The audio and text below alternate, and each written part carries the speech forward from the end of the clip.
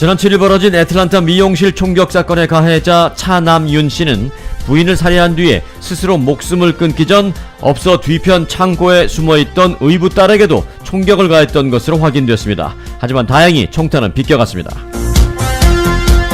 1월 13일 미주 한인의 날을 맞아 오는 14일 월요일 저녁 LA 다운타운 스테이플 센터에서 열리는 LA 클리퍼스 경기에서 한인 청소년과 한인 가수들이 참여하는 한인 문화의 밤이 개최됩니다. 트럼프 대통령이 어제 멕시코 국경 장벽 건설을 위한 국가 비상사태 선포 가능성을 시사했습니다. 그 실현 가능성이 초미의 관심사로 떠올랐습니다. 개빈 뉴섬 신임 캘리포니아 주지사가 프리스쿨에서부터 커뮤니티 컬리지까지 공립교육과 건강보험 지원 예산을 대폭 증액하는 것을 골자로 하는 총 2,090억 달러 규모의 주정부 예산안을 발표했습니다. 미국에서 연봉이 가장 많은 직업은 마취과 의사로 나타났습니다. 1위부터 10위까지는 모두 의사였으며 11위는 마취과 간호사였습니다. 양승태 전 대법원장이 헌정 사상 최초로 검찰에 소환됐습니다. 대부분의 주요 인물들이 검찰 소환 시에 거치는 청사 포토라인에 서지 않고 대법원 앞에서 5분간의 기자회견을 했습니다. 오해, 편견이라는 단어를 써가며 자신을 옹호했습니다. 양승태 전 대법원장이 포토라인 대신 대법원 앞에서 기자회견을 한 것을 두고 정치권에서는 비판의 목소리가 이어졌습니다. 전두환 씨의 골목 성명보다 더하다라는 말도 나왔습니다. 반면에 자유한국당은 정부가 사법부를 장악하려 하고 있다면서 오히려 김명수 현 대법원장의 사퇴를 촉구했습니다. 미국과 북한이 2차 정상회담을 위한 본격적인 준비에 들어갔다고 강경화 외교부 장관이 밝혔습니다. 폼페이오 국무장관과 김영철 부위원장 간의 회동이 다음 주에 있을 전망입니다. 초고령 사회에 들어간 일본이 고령자에 대한 간병인이 턱없이 부족해 간병 인력을 해외에서 수입하려는 계획을 세웠습니다.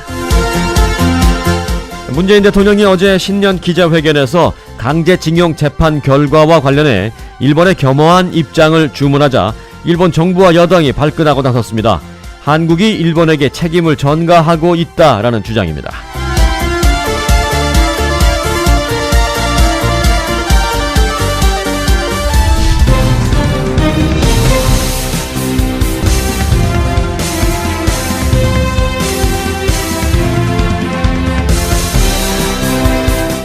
여러분 안녕하십니까? 송봉훈입니다. 안녕하십니까? 승기선입니다. 2019년 1월 11일 금요일 위코리아 뉴스쇼입니다. Sources say President Trump rejected an attempt by Senate Republicans at a grand bargain. So South Carolina Senator 네, 트럼프 대통령이 어제 멕시코 국경 장벽 건설을 위한 국가 비상사태 내셔널 이머전시 선포 가능성을 적극 시사했습니다.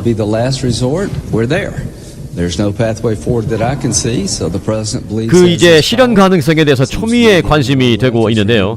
트럼프 대통령은 어제 남부 국경지대를 방문하기 전 남부 지역에 있는 멕시코와의 국경 장벽 시설 인근을 방문하기 전에 이렇게 말했습니다. 우리가 장벽 건설 예산 합의에서 반드시 이겨야 하며 그렇지 않으면 난 국가 비상사태를 선포할 것이다 라고 밝힌 바 있습니다. It's a challenge we ought to be working together to make the borders secure. But it's not a national emergency. Any more than it was a national emergency. 이에 대해서 민주당 측의 반발도 심한 상태입니다. Said we were being invaded by this large group of people. 네, 하지만 대통령의 입장도 매우 강경합니다. 트럼프 대통령은 어젯밤에 방송된 팍스 뉴스 앵커 샨 해니티와의 인터뷰에서 우리는 국가 비상사태를 선포할 절대적인 권한이 있다.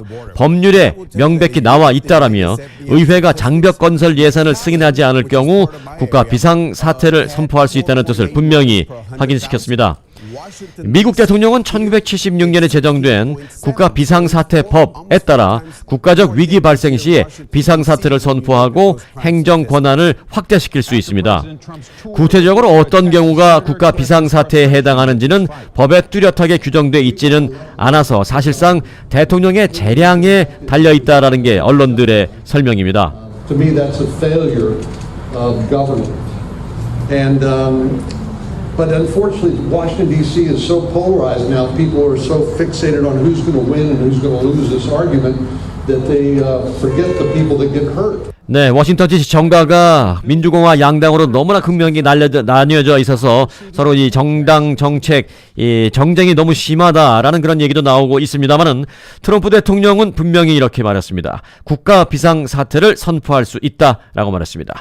국가 비상사태가 실제로 선포되면 연방법의 다양한 조항에 따라서 대통령이 의회 승인 절차 없이 국경 장벽 건설에 필요한 예산을 조달할 수 있습니다. 네, 이런 가운데 법률 전문가들 사이에서는 트럼프 대통령이 장벽 건설을 위한 국가 비상사태를 선포할 수 있는지에 대해 법리적 공방이 뜨겁습니다.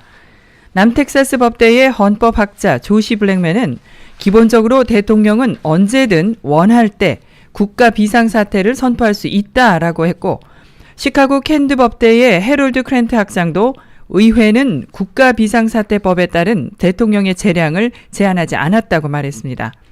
반면 브루킹스 연구소의 선임연구원 윌리엄 겔스터는 대통령이 국가 비상사태를 선포할 경우 몇 가지 다른 법적 조치가 필요할 것이라면서 장벽 건설 때문에 땅을 빼앗긴 사람들은 소송을 걸고 국가 비상사태가 발생하지 않았다고 주장할 수 있을 것이라고 예상했습니다.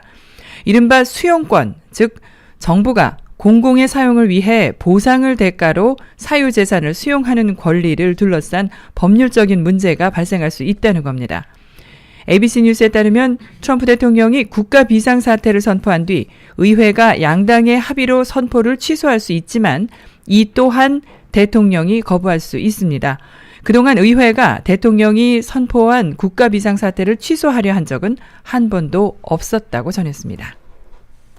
A gunman walked into a local salon, ordered everyone to get out, then shot and killed his wife as she tried to escape him. The salon is on Pleasant Hill 네, Road. 애틀란타에 있는 한인 미용실에 들어가서 안에 있는 손님들을 모두 밖으로 나가라라고 한 다음에 자신의 부인에게 총을 쏴서 살해하고 자신도 총기로 자살한 사건, 이번 주 내내 계속 화제가 되고 비극적인 사건으로 보도가 되고 있는데요. 지난 7일 벌어진 이 아틀란타 둘루스 지역 엣지 헤어 미용실 총격 사건의 가해자 62살의 차남현 씨는 부인을 살해한 뒤에 스스로 목숨을 끊기 전 업소 뒤편 창고에 숨어있던 의붓 딸에게도 총격을 가했던 것으로 확인되었습니다. 둘루스 경찰청의 테드 사도우스키 대변인은 사건 현장에서 몇 발의 총탄이 사건 당시 피해자의 딸이 숨어있던 공간에 문짝을 뚫고 지나갔다고 밝혔습니다. 총격범 차 씨가 부인 이 씨를 미용실 앞 주차장에서 사살하고 가게 안에서 총구를 자신의 머리에 겨누기 전에 의붓 딸의 목숨도 노렸다는 목격자들의 증언을 뒷받침하는 정황입니다. 다행히 총탄은 비껴나가서 딸은 피해를 입지 않았습니다. 한편 숨진 이 씨의 두 딸을 위한 모금에 온정이 답지하고 있습니다. 양 씨 자매의 이 친구들은 웹사이트 고펀드미로 모금 운동을 시작했습니다. 이 자매의 고펀드미 캠페인에는 모금 하루만인 어제 약 12,000달러가 모였습니다. 이민 관련 소식입니다. 미국 시민권자 배우자의 시민권 신청 조건이 완화됩니다. 지난 8일 마이애미 헤럴드는 이민 서비스국의 발표를 인용해 시민권자 배우자를 통해 영주권을 취득한 사람이 시민권을 신청할 경우 신청서 접수일을 기준으로 배우자와 3년 동안 함께 살아왔다는 점을 증명하는 것이 의무화된다고 보도했습니다. 기존 정책은 3년간 결혼 생활을 하고 있다는 것, 리빙 인 메리탈 유니온의 기간을 시민권 인터뷰 전까지로 기준을 삼았었습니다. 그런데 이민국이 이 기준일을 신청서 접수일로 앞당기면서 사실상 조건을 완화한 셈입니다. 연방이민국 측은 결혼 생활을 하고 있다는 것, 리빙 인 메리탈 유니온의 개념은 부부가 함께 살았다, 리빙 투게더를 의미한다는 것이라며 또 만약 시민권 선서 전에 결혼이 파기된다면 이는 시민권 신청 자격을 잃을 수 있게 된다고 전했습니다. 한편 시민권자와 결혼해 영주권을 받은 배우자는 영주권 취득 3년 만에 시민권 신청 자격을 얻게 됩니다. 그리고 그 외의 신청자는 영주권을 받은 지 5년 이상이면 신청이 가능합니다. 미국 중간선거에서 새로운 한국계 연방의원이 탄생했습니다. 주인공은 뉴저지주 3선거구에서 민주당 후보로 연방하원의원에 출마한 한인 2세 앤디 김. 한국계 연방의원이 네, 앤디 김 이 후보가 지난 11월 선거에서 당선이 되면서 연방하원 의원이 됐죠. You are the reason why we're in this place where we can win this thing. 여러분들의 수고가 있었기 때문에 제가 지금 이 자리에 있습니다 라고 말하고 있습니다. 미 동부 최초 그리고 한인으로서는 20년 만에 연방 하원 의원으로 당선된 뉴저지주 앤디 김 의원이 공정선거법 개혁을 위한 첫 법안을 공동 발의했습니다. 앤디 김 의원은 메릴랜드주 존 사바네스 연방 하원 의원이 상정한 국민들을 위한 법안을 공동 발의하면서 이 선거법 개혁을 통해 정부 부패를 막겠다라고 밝혔습니다. 앤디 김 의원은 당선된 직후에 한인 언론일과의 인터뷰에서는 북한과의 이슈에도 최선을 다하겠다라고 밝힌 바 있습니다. Absolutely, a lot of issues. I mean, the number one foreign policy issue and concern right now is about peace with North Korea. That is a top priority of mine, and I hope to be able to work on that issue a lot when I'm in Congress. 네, 외교와 관련돼서 이슈 가운데서는 넘버원이 북한과의 문제다라고 방금 전에 말을 했습니다. 그리고 또 국내 문제와 관련해서는 이 선거법 개혁을 통한 정부 부정부패를 막는 것이 최고의 이슈다라고 밝힌 바 있습니다. 앤디 김 의원은 약속했듯이 의회에서의 첫 번째 활동은 정부의 부정부패를 방지하고 선거 시스템 그리고 사전투표제 개선 등을 통해서 민주주의를 강화하는 법안을 상정했다라고 말했습니다. 그는 또 사람들을 위한 이 법안은 미국인들의 목소리를 되찾게 해주고 또 민주주의를 강화할 것이다 라고 전했습니다. 골자는 이렇습니다. 투표권 확대, 또 캠페인 자금, 또 윤리 및 책임의 세 분야로 나누는데 국민들이 쉽게 투표하고 민주주의의 힘을 확대시킬 수 있고 또 워싱턴의 부패를 막는 것이 목적입니다. 쉽게 말하면 투표를 하기 위해서 시간을 내기 어려운 저소득층 유권자나 투표 과정을 잘 몰라서 투표를 하지 않는 일부 이민 시민권자 등도 투표를 쉽게 해서 민주주의를 확대할 수 있도록 투표권 그리고 선거제도 등등을 개혁하겠다라는 것입니다.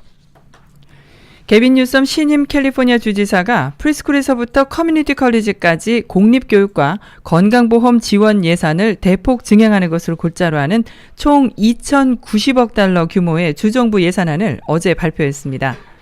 뉴섬 주지사가 취임 첫 주에 공개한 2019-2020 회계연도 주정부 예산안은 총 1,440억 달러 규모의 일반 예산에 공채와 기타 예산 등을 모두 합친 것으로 제리 브라운 전 주지사의 마지막 예산안에 비해 약 80억 달러가 증액됐습니다.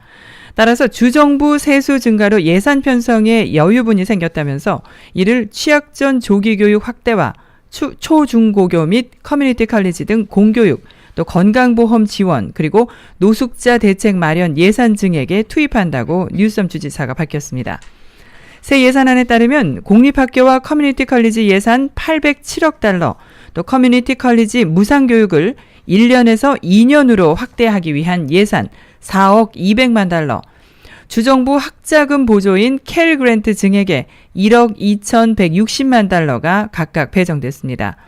또 모든 아동에게 프리스쿨 교육을 무상 지원하는 유니버셜 프리스쿨 플랜의 일환으로 차일드 케어 인프라 투자를 위해 5억 달러를 배정했습니다. 또 이 밖에 메디칼 수혜 대상을 19세에서 25세까지 연령의 이 불체 청년들에게까지로 확대하기 위한 예산도 2억 6천만 달러가 배정됐습니다. 이번 주지사 예산안은 오는 6월 15일까지 주의회의 심의를 거쳐 승인돼야 확정됩니다.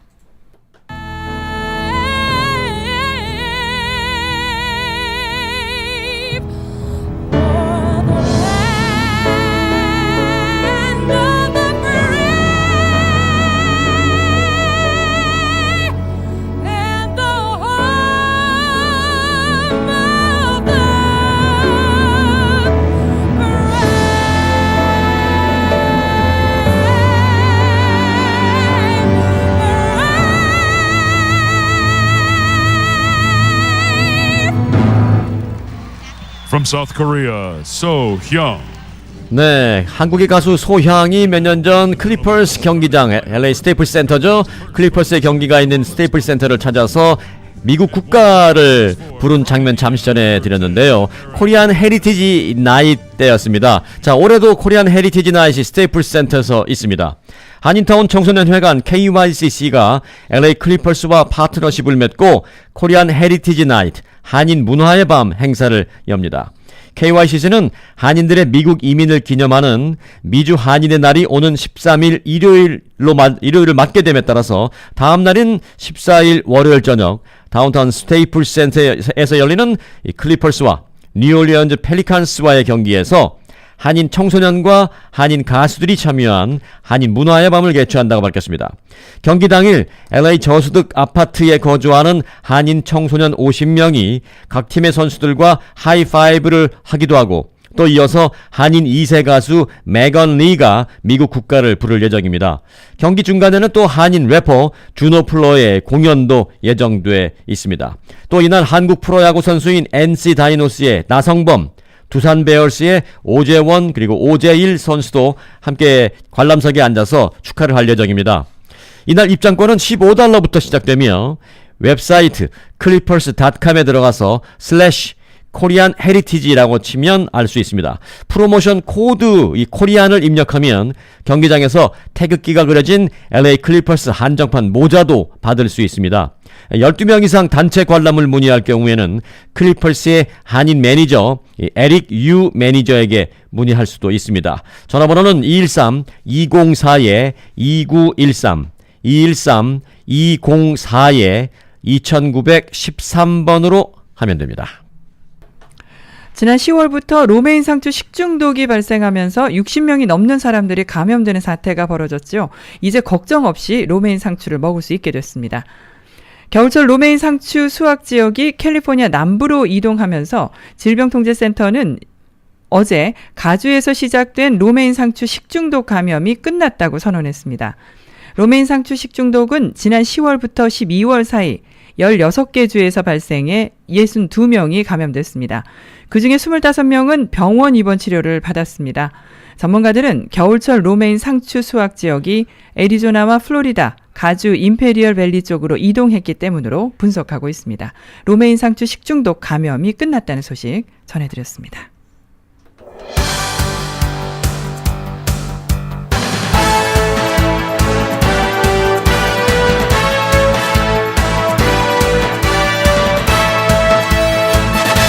(90초) 후에 돌아옵니다.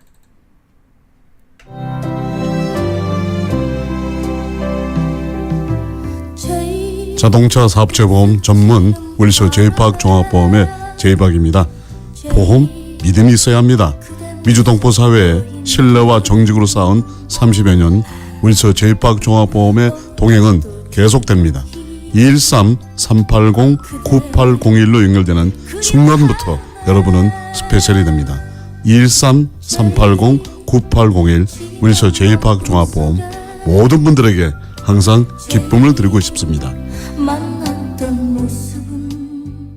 제니씨, 부모님이 편찮으시다고? 고생이 많겠어. 플러튼 빌라 양로 호텔에 모셔서 부모님도 저도 편하네요. 아, 한인이 직접 운영한다는? 네, 소문대로 깨끗하고 친절하고 식사도 한식이라 아주 좋아하세요. 또 치매 어르신은 특별히 따로 모시고요. 안녕하세요. 플러튼 빌라 양로 호텔 영박 원장입니다. 제 부모님이라 생각하고 정성껏 모시겠습니다. 플러튼 빌라 양로 호텔 714-308-9800 714-308-9800.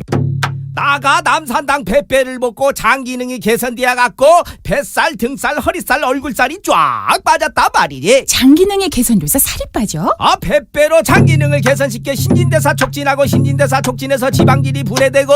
그렇지. 그렇게 해서 살 뺐더니 마누라가 바람났다고 하대. 음에 좋은가? 남산당 뱃배! 남산당 뱃배 389-9333 13-389-9333.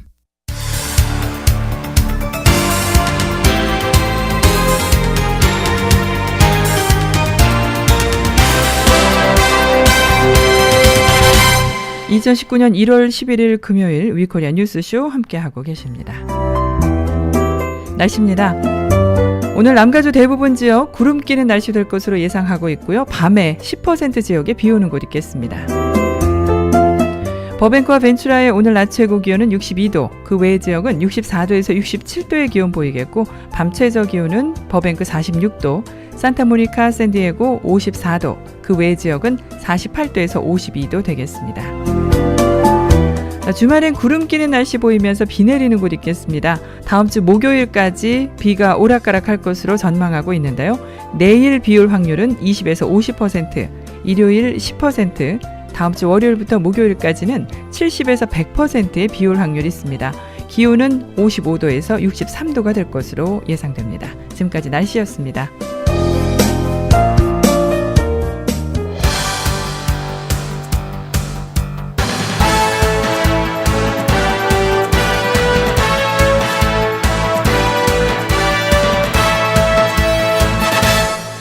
네, 북한의 김정은 위원장이 최근 중국을 방문해서 시진핑 국가주석과 회담을 한 뒤에 이틀 전 북한으로 돌아갔죠. 기차 타고 갔다가 기차 타고 돌아왔습니다. 그런데 이틀 전에 돌아왔을 당시 미국에서 조금 이상하다기보단 좀 이례적인 움직임이 있었습니다. 본토에서의 움직임은 아니었고요. 한반도 인근에 있는 괌에 있는 미 공군기지에서 북한의 김정은이 중국을 출발해서 평양으로 가는 그 과정, 그 시간 동안에 괌에 있는 미국 공군의 B-52 폭격기가 출격해서 한반도 인근 상공에 비행을 한 것으로 확인이 됐습니다. 특별한 훈련이 있었던 것도 아닌데 B-52 폭격기가 왜 한반도 상공을 선회를 했을까요? 결론부터 말씀드리면 트럼프 대통령은 북한의 김정은 위원장이 중국의 시진핑 국가주석을 만나는 것을 굉장히 안 좋아합니다. 지난번 1차 정상회담을 하기 전에도 김정은 위원장과 여러 가지 얘기를 하면서 사전에 조율을 하고 있었는데 중국의 시진핑 국가주석을 만나고 그때도 왔습니다. 그리고 나서는 김정은 위원장이 태도가 많이 변했다라고 트럼프 대통령은 실제로 그렇게 말도 했습니다. 그런데 이번에도 조만간 2차 북미 정상회담이 예정되어 있는 것을 앞두고 시진핑 주석을 만나고 왔죠. 또 태도가 어떻게 변할지 트럼프 대통령은 탐탁지 않아 하는 좀 불쾌한 그런 입장을 표현하고 있습니다. 그런 미국의 또 트럼프 대통령의 불쾌한 감정을 마치 표출이라도 하듯이 본때를 보여줄 수 있다라는 것을 과시하기로 하듯이 B-52 폭격기를 김정은 위원장이 중국을 방문하고 돌아가는 그 시간에 한반도로 출격시켰습니다. 관련된 보도가 한국에서 몇 군데 있었는데요. 그 중에 하나를 좀 들어보겠습니다. 김정은 위원장 베이징역을 떠난 지 24시간 만에 어제 오후에 평양역에 도착했습니다. 그런데 이 사실을 알고 있었는지 모르겠습니다. 김정은 위원장이 열차를 타고 북한으로 향하는 바로 그 동안에 김정은 위원장이 극도로 두려워하고 있는 미국의 전략 무기죠. B-52 전략 폭격기가 출격했다는 사실 말입니다. 자, 지금 보시는 이 지도가요, 실제 B-52 폭격기에 항적이 포착된 지도입니다. 실제 항적이 포착된 이 거리를 저희가 더 보기 쉽게 가공을 해봤습니다. 괌 앤더슨 공군기지에서 출발한 B-52 폭격기 2대가 북쪽을 향해서 비행을 한 항적이 포착됐습니다. 자, 그리고 여기까지만 공식적인 항적이 포착됐고 이 이후의 항적은 항적 기록이 꺼진 채로 활동을 한 것으로 추측이 되고 있습니다. 자, 과연 북한 동해 인근으로 비행을 했는지 여부 가능성은 굉장히 높아 보이는데요. 바로 이 시점이 김정은 위원장이 열차로 평양으로 돌아오던 바로 그 시점과 맞물린다는 점입니다. 미국의 전략 폭격기 B-52가 괌에서 출격해서 한반도 인근으로 오고 있는 모습. 자, 이건 어떤 의미가 있는지 짚어보도록 하겠습니다. 일단은 항적이 여기까지만 공식적으로 확인되고 그 이후에는 항적기가 꺼졌어요. 그렇다면 작전 수행을 위해서 끄는 건가요? 어떻습니까? 네, 전문가에게 질문을 했습니다. 답변은 잠시 후에 전해드리겠고요. 지금 여기까지 표현을 하고 있기 때문에 들으시는 분들은 그 여기까지가 어디까지인지를 잘 모르실 것 같아서 부연 설명을 드리면 항적을 기록할 수 있는 상태에서 비행을 한 거, 그 여기까지는 남한 사이드 쪽, 한반도 남쪽 사이드, 거기까지는 분명하게 항적이 기록되어 있습니다. 그런데 남쪽 사이드에서 계속 북쪽으로 가는다 어느 순간 항적 기록이 딱 꺼졌습니다. 만일 그 항로가 계속 이어진다면 북쪽 사이드로도 갔을 수도 있는데 기록이 없기 때문에 알 수 없습니다. 왜 이렇게 껐다 켰다를 했을까에 대한 전문가의 답변도 듣습니다. 일단 온 자기네들이 왔다라는 것은 알려주고 싶은데 그리고 나서 뭘 했다라는 것은 알려주고 싶지 않았던 것 같아요. 아하. 예를 들어서 뭐 김정은 참수작전 훈련을 했던지 아니면 중국에 대한 어떤 뭐 여러 가지 일을 했던지 그런 것들은 알려주고 싶지 않지만 어쨌든 오기는 왔다라는 것을 과시하기 위해서 저기까지는 항적 정보를 민간에게 공개를 하면서 오지 않았나 생각을 합니다. 네. 자, 전략 폭격기가 떴다는 사실, 항적 기록이 알려졌기 때문이기도 하지만요. 또 다른 사실로 확인이 가능합니다. 바로 일본 근해에서 아마추어 무전사들이 이 B-52 폭격기의 무전 내용을 감지했기 때문입니다. 내용 들어보시죠.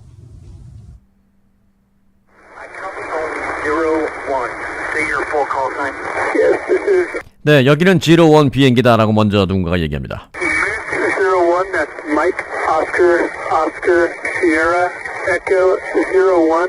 네, 뭐 마이크 오스카 시에라 에코 01 이런 식으로 얘기를 하죠. 뭐 무선 교신에 대해서 잘 아시고 그리고 군대 한국에서 다녀오신 분들은 이게 무슨 뜻인지 금방 아실 겁니다. 마이크는 M을 뜻하죠. 뭐 영어로도 뭐 M like Mary, 뭐 A like Apple 뭐 이런 식으로 합니다. 마이크 오스카 시에라 이거는 이제 스펠링을 정확하게 불러주기 위해서 그렇게 하는 것입니다. Mike, Oscar, Sierra, Echo 01, flight of TB-52, position. Say again your comment after flight. San Francisco. 자, 잘 들리진 않지만요. 단어를 조합해보면 알 수가 있습니다. 여기는 1호 비행기, 그리고 마이크 오스카 시에라 에코 01. 이 내용은요. 이렇습니다. 앞부분만 따서 하면 무스 01. 여기는 지금 앞부분만 0자를 땄지만요. 이 해석은 그렇습니다. 무스 01. B-52 폭격기 2대 중 1대의 콜사인. 그리고 같이 비행했던 폭격기는 02번으로 콜사인으로 확인이 되고 있다고요. 자, 이게 참 재밌는 것이 이 아마추어 무선 통신사들이 이것을 지금 감청을 해서 감청을 일부러 한 건 아니죠. 자기네들이 무선기를 켜놓으니까 들린 겁니다. 그걸 이제 녹음을 해서 공개를 한 건데 왜 이걸 공개를 했을까요? 예를 들어서 지금 내용들을 보면 공중급유기하고 B-52 폭격기가 서로의 위치를 지금 묻고 이제 공중급유하자라는 그런 내용이거든요. 잠시만요. 지금 공중급유기 말씀을 하셨는데 B-52만 출격한 게 아니었던 겁니까? 맞습니다. B-52 말고 또 공중급유기까지 같이 갔어요. 자, 그래서 무선 교신 내용을 다시 한번 확인해 보겠습니다. B-52 폭격기 콜사인 말고 공중급유기 2대도 교신이 포착됐습니다. 들어보시죠. I can't make out your call sign. San Francisco radio, this is Lima, Sierra, Lima, India, Mike, Echo. 네, 이제 위치를 얘기하고 있죠. 아까는 뭐 마이크 오스카 그런 식으로 불렀죠. MSS인데 MOO로 이제 되는데 여기는 이제 시에라, 리마, 인디아, 마이크, 에코 이렇게 부르는 거 보니까 SLIME 뭐 이렇게 되겠는데요. 시에라, 리마, 인디아, 마이크, 에코 등등으로 이제 콜사인을 부르게 됩니다. Sierra, Lima, India, Mike, Echo 21, at flight level 340. Climb 21. 자, B-52 폭격기의 콜사인을 확인했듯이 공중급유기의 폭격기도 이 콜사인을 통해서 확인할 수가 있습니다. 자, 슬라임이라고 읽기도 하고요. SLIME 21. 자, 이게 공중급유기 2대가 출격을 했는데 그중 1대의 콜사인, 그리고 같이 비행했던 콜사인은 뒤가 22로 확인되고 있다고요. 그렇습니다. 그러니까 이번 작전에 B-52 폭격기만 간 것이 아니고 공중급유기까지 갔어요. 그건 어떤 의미죠? B-52 폭격기는 1000km 이상의 항속 거리를 가지고 있습니다. 작전 반경이 그렇습니다. 그러면 굳이 앤더슨 기지에서 동해 쪽으로 온다고 했을 때 급유를 받을 필요가 없는 거잖아요. 받을 필요가 없죠. 앤더슨 기지에서 일본까지 뭐 한 3000km도 채 안 되거든요. 그런데 굳이 공중급유기까지 동원했다라고 하는 것은 이 B-52 폭격기가 도쿄 근방에서 다시 돌아가지는 않았다. 뭔가 큰 어떤 장시간의 작전을 했을 수 있다. 그리고 그와 더불어서 그래도 연료가 많이 남아요. 그럼 뭐냐? 굉장히 많은 무장을 탑재를 했다는 것이죠. 아하, 그러니까 폭격기니까 폭격기가 실을 수 있는 총 무기를 다 싣고 갔기 때문에 기름이 많이 드는군요. 최대 무장 탑재를 하면 기름이 굉장히 이제 인력 소모가 급속히 늘어나거든요. 네. 그렇기 때문에 불과 3,000km의 왕복 그 편도 거리밖에 안 되는데 해봐야 이 B-52가 충분히 왔다가 갈 수 있는 거리임에도 불구하고 공중급유기까지 대동했다. 이거는 어마어마하게 많은 무장을 탑재를 했다라는 것이고 그것을 이 아마추어 무선 통신사들에게 들키게 일부러 한 것은 내가 이런 작전을 이런 무장을 했다라는 것을 알리고 싶었던 것이죠. 네. 그러니까 그것은 누군가에게 들려주고 싶었던 내용이시죠. 그런데 여기까지만 딱 하고 그 다음부터는 혹시나 외교적인 문제가 될 수 있지 않겠습니까? 그 다음부터 진짜로 뭐 했는지 숨긴 것이죠. 자, 진짜로 뭐 했는지를 좀 짐작할 수 있는 부분이요. B-52 폭격기 이번에 정예 훈련의 차원이었나요? 지금 장착한 미사일들을 보면 주로 장거리 미사일이에요. 공대지 미사일. 그렇습니다. 이제 정례 훈련은 절대로 아니고요. 정례 훈련 같으면은 태평양 사령부에서 우리 정례 훈련 했다라고 그 발표를 합니다. 네. 그런데 그런 것이 전혀 없거든요. 그러면 정례 훈련 절대로 아니고 이게 이제 어떤 네, 당시 B-52 한반도 상공 동해상으로 날았던 이 B-52 전략 폭격기에는 핵 미사일, 핵 폭탄 등 주로 핵무기를 잔뜩 싣고 출격을 했었던 것으로 알려졌습니다. 물론 이를 사용하려고 했었던 것은 아닙니다만은 실제 상황과 똑같은 훈련을 한다라는 전제하에 핵무기, 핵폭탄, 핵 미사일 등 이 핵무기들을 잔뜩 싣고 B-52 전략 폭격기가 한반도 동해상 북한 쪽 인근으로도 훈련을 하면서 이 운항을 했던 것으로 확인이 됐습니다. 미국의 강력한 메시지를 2차 북미 정상회담을 앞두고 미국이 보냈다라고 해석이 가능한 대목입니다.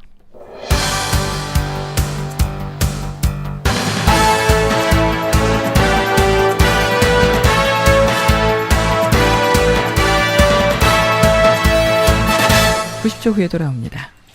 10년 전통의 한국 장의사가 유가족들이 부담 없는 최저 비용과 고품격으로 단장된 체프를 마련하고 유가족에게 개인 맞춤형 서비스를 준비했습니다. 남가주에서 100년 전통의 역사를 지닌 포레스트런 공원묘지가 사랑하는 가족을 잃은 여러분을 돕기 위해 한인사회에 봉사의 손길을 내밀었습니다. 유가족 맞춤형 장례 서비스 아이콘인 한국 장의사와 포레스트론 두 리더가 유가족 여러분들이 보내야 하는 가장 힘든 시기를 함께합니다. 한국장의사의 최고의 예우 서비스를 경험하시고 포레스트런 공원묘지에서 고인의 마지막 길을 평안히 쉴 수 있게 하십시오. 한국장의사 전화 323-734-5656 무료 전화 1855-886-9057 미주안인 최대 규모 최고의 의료진 최상의 의료 서비스 서울 메디컬 그룹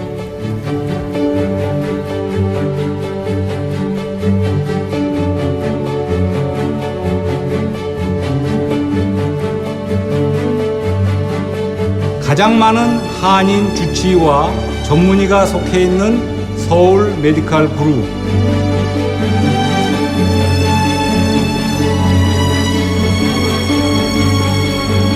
서울 메디컬 그룹을 통하면 전문의 허가도 아주 빠릅니다. 메디케어 HMO 보험 가입자를 위한 최고의 선택.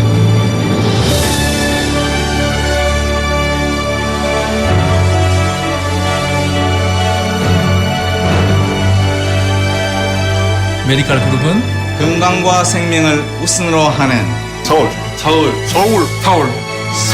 메디컬 그룹.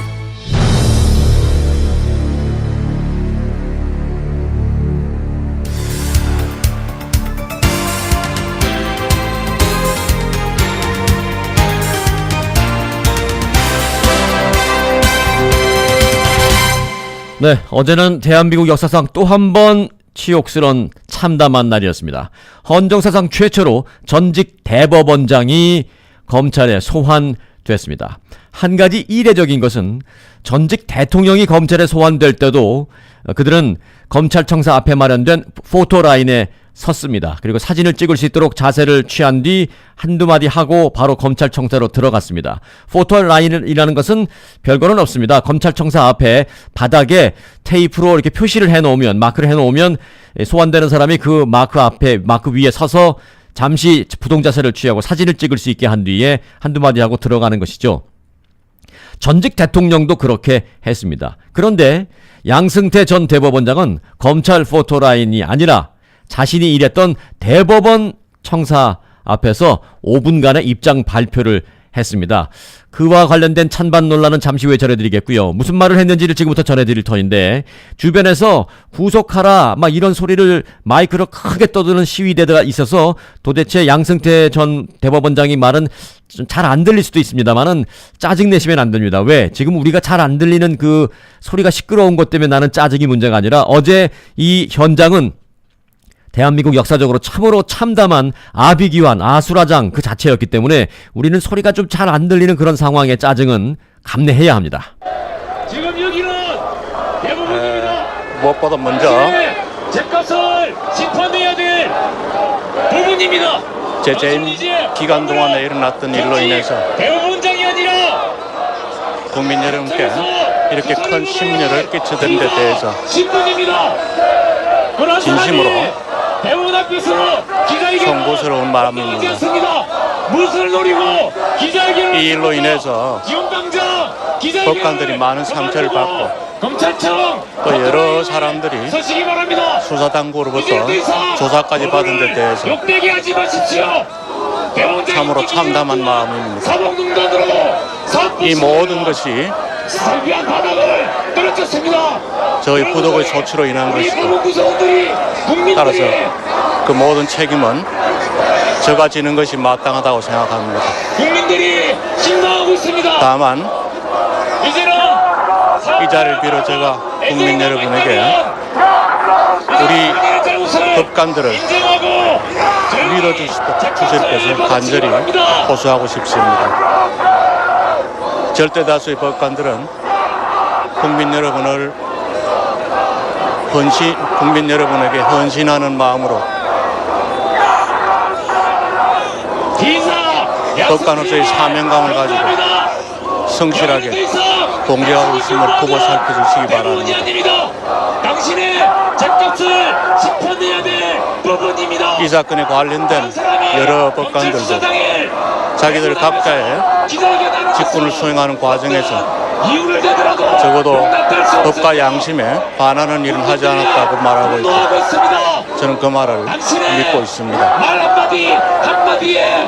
나중에라도 만일 그 사람들에게 과오가 있다고 밝혀진다면 그 역시 제 책임이고 제가 안고 가겠습니다. 저는 오늘 수사 조사 과정에서 구체적인 사실관계를 기억나는 대로 사과없이 답변하고, 또 오해가 있으면 이를 풀 수 있도록 충분히 설명을 하겠습니다. 모쪼록 편견이나 선입견 없는 공정한 시각에서 이 사건이 조명되기를 바랄 뿐입니다. 다시 한번 송구스럽다는 말씀을 드리고, 이 상황이 안타깝긴 하지만 앞으로 사법의 발전이나 이를 통해 나라가 발전하는 전화위복의 한 계기가 되었으면 하고 바라는 희망이 있습니다. 감사합니다. 네, 약 4분간의 짧은 입장 표명을 했습니다. 너무 소리가 복잡하고 어지러운 상황이어서 짜증이 날 수도 있습니다만은, 앞서도 제가 정말 죄송한데 말씀을 드렸죠. 지금 짜증 내실 우리가 상황은 아니고요. 정말 참담한 마음으로 이 내용을 함께 들으셨을 것이라는 생각이 듭니다. 관련 소식이 이어집니다. 네, 이번 양 전 대법원장이 포토라인 대신 대법원 앞에서 기자회견을 한 것을 두고 정치권에서도 비판의 목소리가 이어졌습니다. 전두환 씨의 골목 성명보다 더하다, 이런 말도 나왔습니다. 반면 자유한국당은 사법권의 독립성이 훼손됐다면서 이번 수사를 비판했습니다. 양승태 전 대법원장의 오늘 기자회견은 전직 대통령들의 수사와 많이 비교됐습니다. 검찰 포토라인에서 입장을 밝혔던 이명박근혜 전직 대통령을 뛰어넘는 황제 출석입니다. 더불어민주당 박주민 의원은 페이스북에 전두환의 골목 성명보다 더 심하다고 했습니다. 사법농단에 관여했던 법관들이 다수 법원에 남아있는 상황에서 그들에게 영향을 미치려는 의도가 있는 것이라는 겁니다. 민주평화당은 피의자로 소환된 입장에서 지금 대법원 앞에서 쇼하고 갈 때냐고도 했습니다. 하지만 자유한국당의 입장은 달랐습니다. 정치 탕류로 오염시켜서 전임 대법원장이 검찰에 출두하게 된다고. 사법부 전체가 행정부인 검찰의 수사를 받는 모욕적인 상황을 만들었고, 한국당은 오늘 문재인 정권의 사법 장악 저지 및 사법부 독립 수호 특별위원회를 출범해 사법부에 대한 부당한 수사에 대응하겠다고 밝혔습니다. JTBC 김나은입니다. 네, 오늘 검찰에 출석한 양 전 대법원장의 그간의 이력으로 봤을 때 상상하기 힘든 일이 벌어진 것이다. 이런 이야기가 법조계에서는 나오고 있습니다. 양승태 전 대법원장은 지난 42년간 판사 세계에서는 승승장구하던 인물이었습니다. 하지만 결국 헌정사상 첫 검찰 소환이라는 불명예를 안게 된 것인데요. 대법원장으로 일할 때는 새내기 판사들에게 재판과 또 법관의 독립을 강조했던 대법원장이었지만 지금은 이 독립을 방해한 혐의로 검찰에 서게 된 겁니다. JTBC가 양 전 대법원장의 취임식부터 현재까지를 정리했습니다.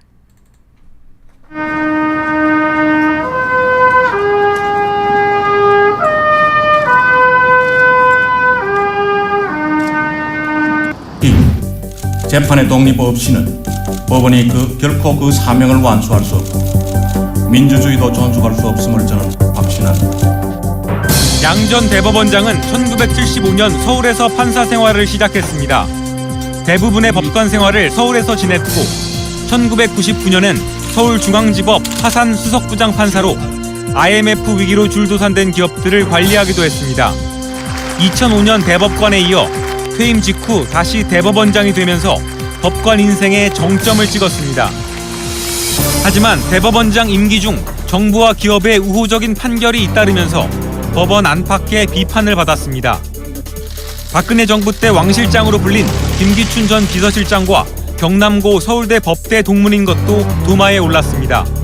양 전 대법원장은 김 전 실장 등과 공모해 강제징용 재판을 늦추려 했다는 의혹을 받고 있습니다. 한때 대한민국 사법부를 지휘했던 수장의 신분이 검찰 수사 7개월 만에 피의자로 바뀌어버렸습니다. JTBC 송우영입니다. 자, 조금 이른 보도가 될 수도 있겠습니다만 과연 그러면 양승태 전 대법원장이 조사를 받고 난 후에 일단 구속영장이 청구되고 또 구속될까라는 부분이 관심사인데요.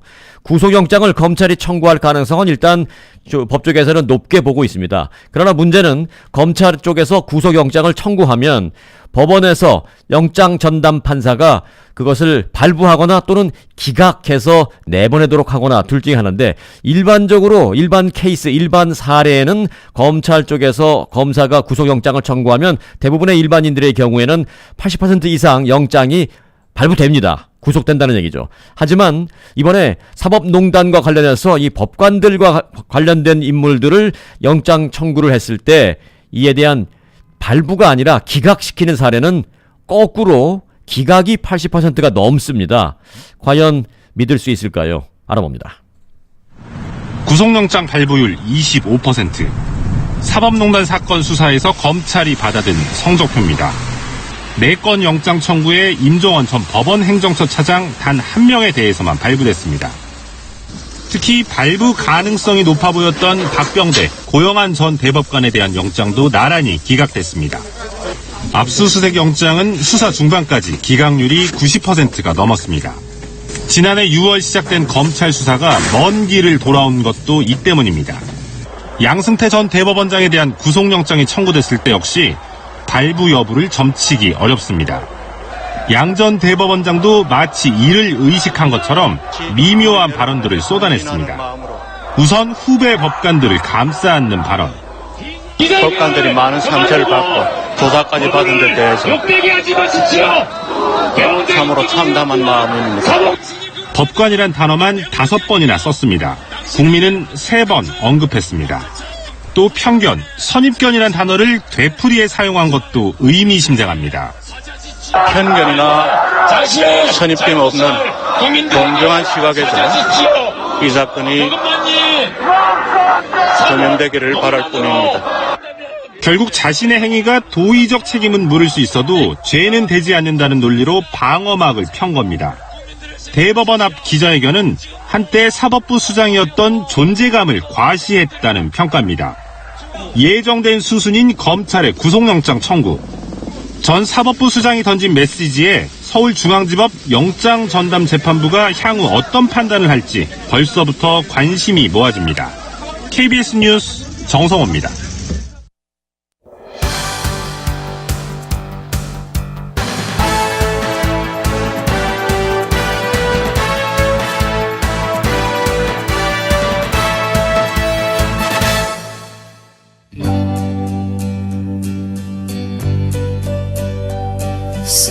Sometimes love will bloom in the springtime.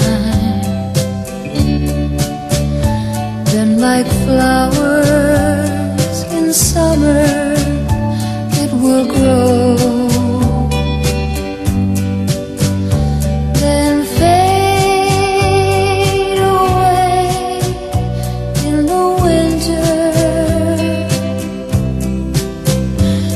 The cold wind begins to blow, but when it's evergreen,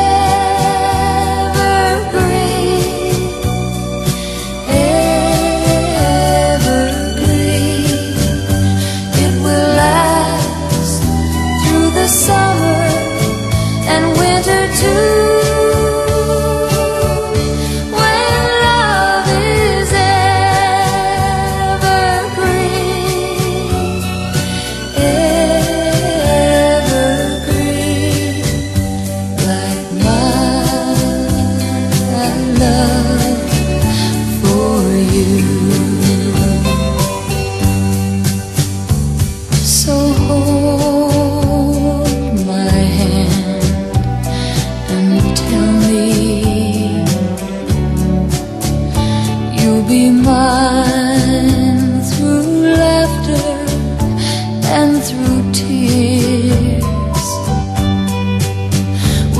The whole world see our love will be evergreen through all the years. For when it's evergreen, evergreen, it will last through the summer and winter too. When love is evergreen, evergreen, like my love for you.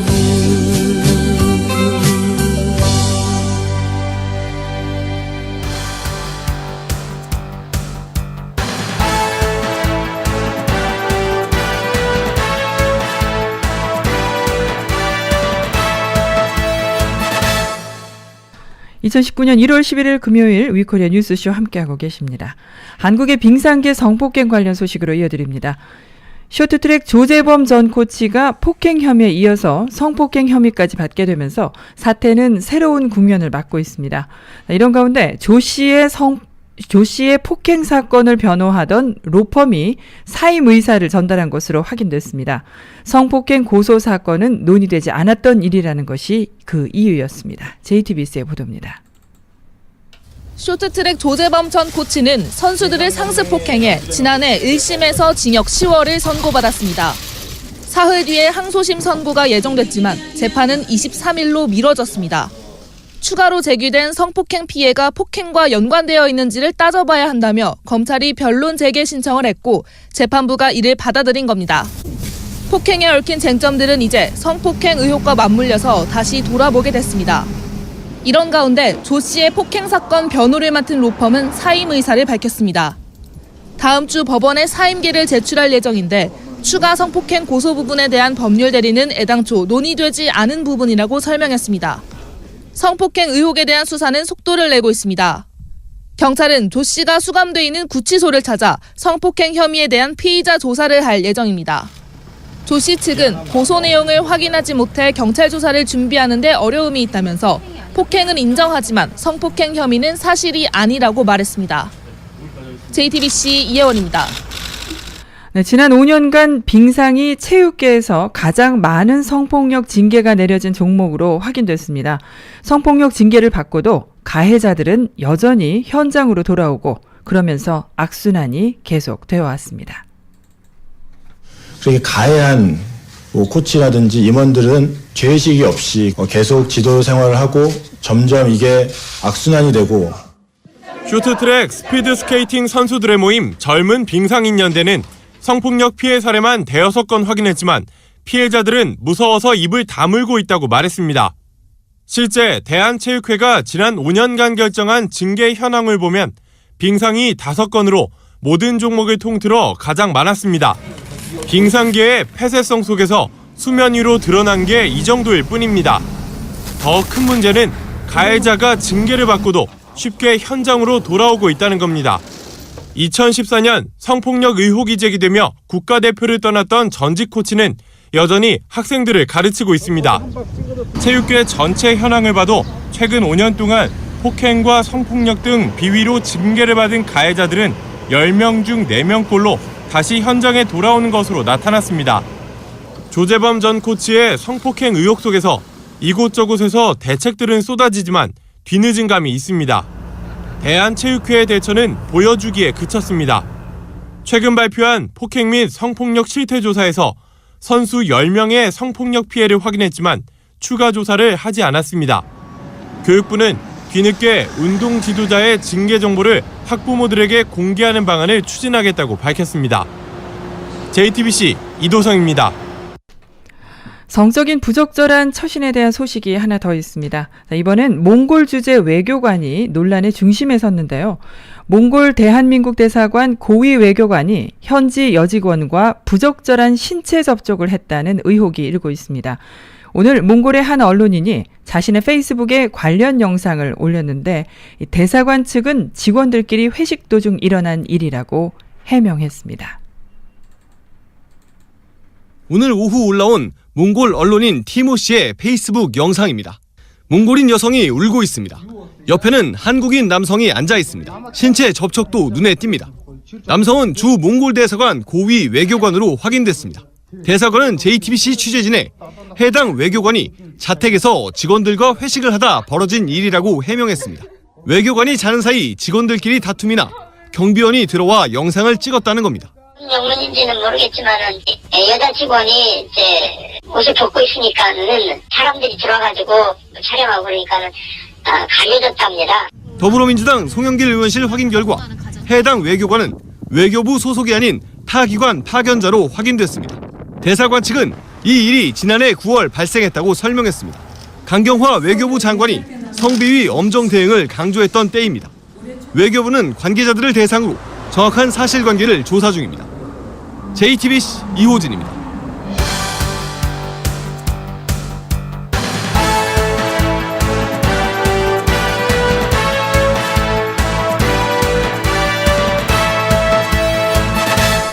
이어서 위코리아 실리콘밸리 지사의 마이크 홍 지사장이 보내온 실리콘밸리 소식입니다. 중국계 미국인 스탠포드 교수의 죽음에 미 언론들이 촉각을 곤두세우고 있습니다. 미 경제지 포브스와 워싱턴 포스트 등 미 주요 언론은 지난 1일 스탠포드 대학 건물에서 추락사한 중국계 과학자인 장서우칭의 죽음에 대해 의혹을 보이고 있어 화제가 되고 있습니다. 장서우칭 교수는 미국 정부로부터 기술 유출 혐의를 받던 중 갑작스레 사망했습니다. 경찰과 가족은 우울증으로 인한 자살이라고 밝혔지만 실리콘밸리 중국계 커뮤니티와 스탠포드대 안팎에서는 미국과 중국의 무역, 기술 전쟁이 틈바구니에서 타살 의혹도 제기되고 있습니다. 지난 12일 워싱턴 포스트는 장서우층이 우울증과의 싸움 끝에 지난 1일 갑작스럽게 사망했다고 밝혔는데 장서우층이 종신 교수로 있던 스탠포드대 주변 인사의 말을 인용해 장서우층이 대학 건물에서 뛰어내렸으며 경찰이 서둘러 그의 죽음을 자살로 결론지었다고 전했습니다. 중국 IT 거대 기업인 하웨이의 CFO인 맹완자오가 캐나다에서 체포된 것과 관련 그의 죽음도 연관이 되어 있지 않냐는 추측도 제기되고 있습니다. 포브스도 장 교수의 죽음은 분명히 비극적인 사건이지만 실리콘밸리를 포함한 미국과 중국과의 최첨단 기술 패권을 위한 전투에서 승리하기 위한 희생양이라는 의견도 나오고 있습니다. 장 교수는 15세 명문 푸딩대에 입학해 어릴 때부터 천재로 주목받았습니다. 이후 미국 스토니브룩 뉴욕대에 입학한 이후 중국계로서는 처음으로 노벨 물리학상을 받은 양청린 교수에게 수학했죠. 장서호칭의 양자 물리학 이론은 2007년 세계 10대 과학 업적으로 사이언스지에 선정됐으며 미국 물리학회와 국제연구단체 등이 주는 권위 있는 상도 수차례 받았습니다. 장 교수는 그가 재직한 스탠퍼드대뿐만 아니라 물리학계에서도 유명한 인사였으며 매년 유력한 노벨 물리학상 수상자로 주목받았습니다. 이 같은 명성 때문에 2009년에는 중국 정부의 해외 인재 유치 프로그램인 천인계획 대상으로 선정됐으며 2013년에는 투자회사인 다나캐피털을 설립했는데 그 투자 펀드는 중국에서 나온 자본이었습니다. 4억 3,450만 달러의 자금을 유치했으며 113곳에 달하는 인공지능과 빅데이터, 로봇, 블록체인 등의 첨단 기술 분야의 신생 기업에 투자했었습니다. 또한 블록체인을 활용한 가상화폐인 네오와 트론 등의 공개 프로젝트에도 큰손 역할을 했죠. 스탠퍼드와 실리콘밸리의 중국 커뮤니티에서는 장 교수가 중국 정부 및 하웨이와 밀접하게 관련이 있다고 보고 있습니다. 기화한 미국 시민이었음에도 불구하고 장 교수는 중국 공산 정권과 긴밀한 접촉을 유지했는데 그가 졸업한 대학의 엔지니어들이 모인 상하이 테크 수장은 전 당석이 장쩌민의 아들인 것으로 알려지고 있습니다. 미국 무역대표부 대변인의 최근 중국 보고서에 따르면 장쩌민이 사망하기 며칠 전에 발표한 DHVC라는 약자로 알려진 그의 회사인 디지털 호라이즌 캐피탈은 실리콘밸리에 대한 중국 침투의 선봉장의 일부로 확인된 바 있습니다. 이에 장 교수가 미국 내 중국 인재들을 중국으로 보내는 데 핵심 역할을 했으며 중국 자본의 투자를 받은 스타트업 기술을 중국으로 가져가는 데에도 역할을 하고 있었다는 것입니다. 장 교수는 트럼프 행정부 출범 이후 미국 정부가 천인 계획을 미국 첨단 기술을 유출하기 위한 중국 정부의 조직적인 시도로 여기면서 조사를 받은 것으로 알려졌습니다. 장 교수의 이야기는 존 레카 소설이나 데이빗 이그나티우스의 최근 스릴러인 퀀텀 스파이의 내용과도 비슷하다는 지적도 있어 여러 면에서 화제가 되고 있습니다. BBC 방송국은 미 무역대표부가 지난달 내놓은 301조 조사 보고서에서 중국 정부가 투자회사를 통해 첨단 기술 유출은 물론 지식재산권을 획득하는 통로로 이용하고 있다면서 그 대표적인 사례로 다나캐피털을 꼽은 바 있습니다. 따라서 실리콘밸리 내 중국계 인사는 그가 중국의 계획과 비밀을 많이 알고 있어서 희생됐을 가능성도 배제할 수 없다고 말했습니다. 실리콘밸리에서 마이콩이었습니다.